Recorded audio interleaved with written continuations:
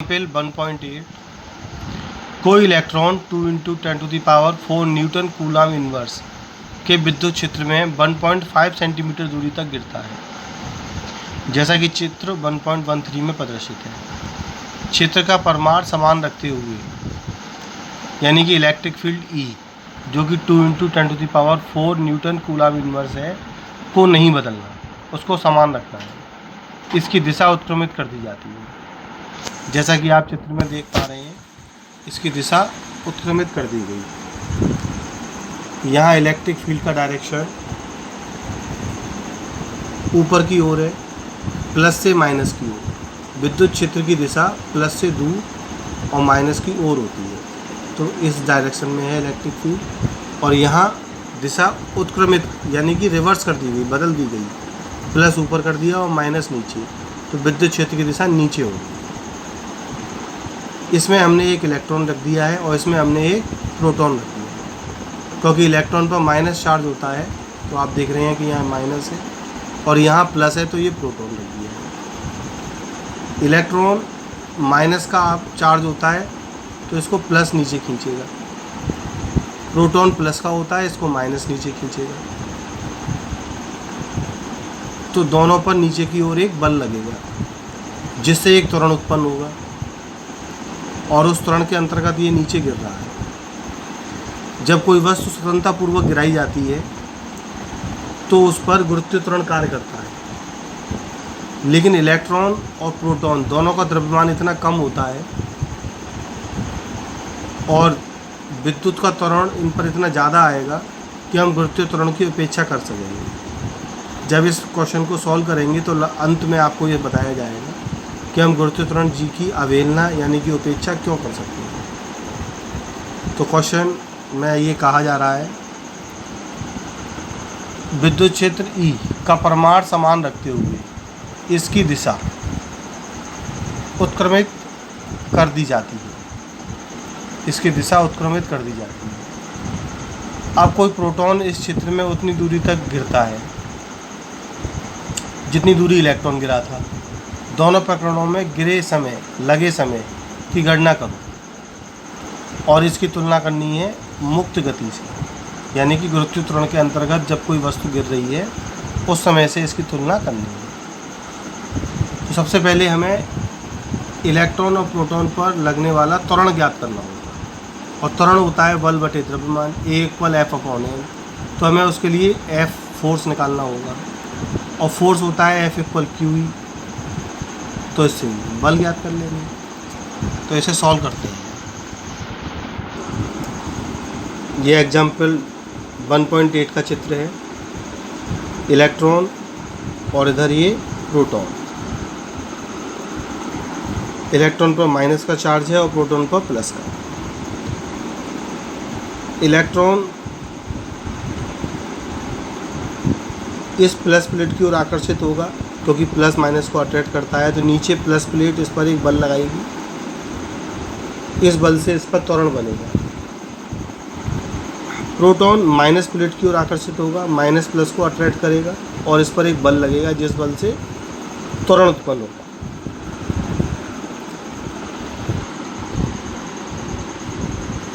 हम ये मान लेते हैं कि प्रारंभ दोनों ही विराम में थे, यानी दोनों का प्रारंभिक वेग u शून्य था। दोनों का प्रारंभिक वेग u शून्य था।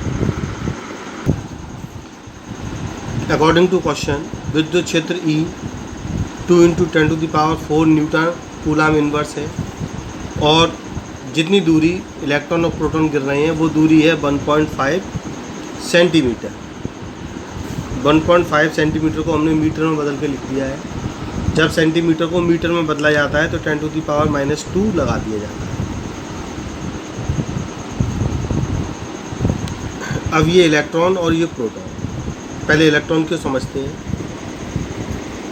इलेक्ट्रॉन के लिए फॉर्मूला यूज कर रहे हैं H=UT + ½AT²। इलेक्ट्रॉन की वजह से एक इलेक्ट्रॉन के त्वरण को AE से और इलेक्ट्रॉन द्वारा गिरने में लिया गया समय TE से प्रदर्शित है। प्रारंभिक वेग 0 माना हुआ है, तो U की वैल्यू 0 रखेंगे तो 0 के साथ T का गुणा करने पर 0 ही आ जाएगा। H हो जाएगा 12 AE/TE²। 2 का इंटू एच के साथ हो जाएगा और ए ही बटे में आ जाएगा, और टी ई पर स्क्वायर है, जब हम स्क्वायर हटाएंगे तो इस पर अंडर रूट लग जाएगा। तो इस प्रकार टी की वैल्यू आ जाएगी 2h अपॉन ए ई। यहाँ पर ए ई इलेक्ट्रॉन का त्वरण है। आप जानते हैं कि त्वरण ए बराबर होता है एफ अपॉन ए, तो हमने ए की जगह फॉर्मूला रख दिया एफ अपॉन ए। ये इलेक्ट्रॉन का त्वरण है ई, तो यहाँ पर भी एफ ई और यहाँ पर भी एम ई आ जाएगा। यहाँ स्मॉल ई इलेक्ट्रॉन को व्यक्त करता है। इसी प्रकार जब प्रोटॉन की बात करेंगे तो हम वहाँ पर ए पी का प्रयोग करेंगे, प्रोटॉन के लिए पी, और ए इक्वल फॉर्मूला होगा एफ अपॉन एम।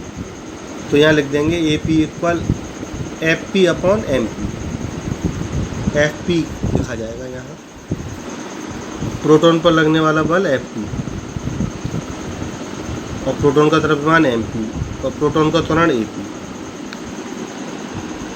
इलेक्ट्रॉन का त्वरण ए ई, इलेक्ट्रॉन पर लगने वाला बल एफ ई और इलेक्ट्रॉन का द्रव्यमान एम ई। अब यहाँ पर हम वैल्यू पुट कर देंगे। एच की वैल्यू 1.5 10⁻², यहाँ दी हुई है इस जगह ऊपर। एफ को लिख सकते हैं ई, इलेक्ट्रॉन पर लगने वाला बल एफ ई, ये होगा ई ई। विद्युत क्षेत्र की तीव्रता की परिभाषा से E equal F upon Q होता है, तो यहाँ से एफ आ जाएगा क्यू ई। परंतु इलेक्ट्रॉन और प्रोटॉन दोनों का आवेश ई होता है, तो बल हो जाएगा एफ इक्वल ई ई।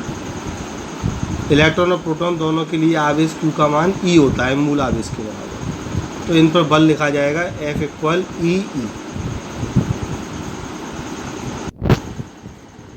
अतः हमने यहाँ एफ ई की जगह ई ई रखा है, वही जो ऐसा मैंने अभी समझाया, और एम ई डिवाइड में है अपॉन में है, तो ये पलट कर ऊपर चला जाएगा। अब हम 2 और 1.5 का इंटू करेंगे तो 3 आ गए। M E mass of electron की वैल्यू रख दी। ई मूल आवेश होता है 1.6 10⁻⁹ और ई विद्युत क्षेत्र की तीव्रता दे रखा है आपको। जब हम इसे सॉल्व करते हैं 3 का 9.1 में मल्टीप्लाई तो आता है 27.3 और 1.6 इंटू 2 3.2, पावर ऐड होके ये आ गई -2 और -31 -33 -19 +4 -15 ऊपर जाकर +15। तो ये सॉल्व होके आ जाता है। इलेक्ट्रॉन के गिरने का लगा समय 2.9 इंटू 10⁻⁹ सेकंड। इसी प्रकार प्रोटॉन के लिए गणना करेंगे, वही न्यूटन की गति का द्वितीय समीकरण H equal U T plus half A T square. P हमने प्रोटॉन की वजह से लगाया है, तो प्रोटॉन का टी पी आ जाएगा। प्रोटॉन द्वारा गिरने में लिया गया समय T P equal √2h upon A P, A equal F upon M. P लगा दिया प्रोटॉन की वजह से, 2 और h की वैल्यू पुट कर दी। एफ इक्वल ई रख दिया जैसा अभी मैंने समझाया था। एम पी डिवाइड में है तो पलट कर ऊपर चला जाएगा। अब हम इसमें वैल्यू पुट कर देंगे, 2 इंटू 1.5 3 हो गया। मास ऑफ प्रोटॉन रख दिया हमने और नीचे इलेक्ट्रॉन का आवेश और ई की वैल्यू रख दी। जब इसे आप सॉल्व करोगे तो सॉल्व करने के बाद आंसर आएगा प्रोटॉन द्वारा गिरने में लिया गया समय 1.3 इंटू 10⁻⁷ सेकेंड। अगर हम प्रोटॉन की बात करें तो हमने देखा कि प्रोटॉन का त्वरण था A P equal F P upon M P. F P की वैल्यू होगी ई और बटे में एम पी। जब हम इस वैल्यू को सॉल्व करके इसका त्वरण ज्ञात करते हैं तो हमें ज्ञात होता है कि प्रोटॉन के लिए इस त्वरण का मान ए पी इक्वल आता है 1.9 10⁻12 मीटर सेकेंड स्क्वायर, जबकि जी का मान होता है सिर्फ 9.8।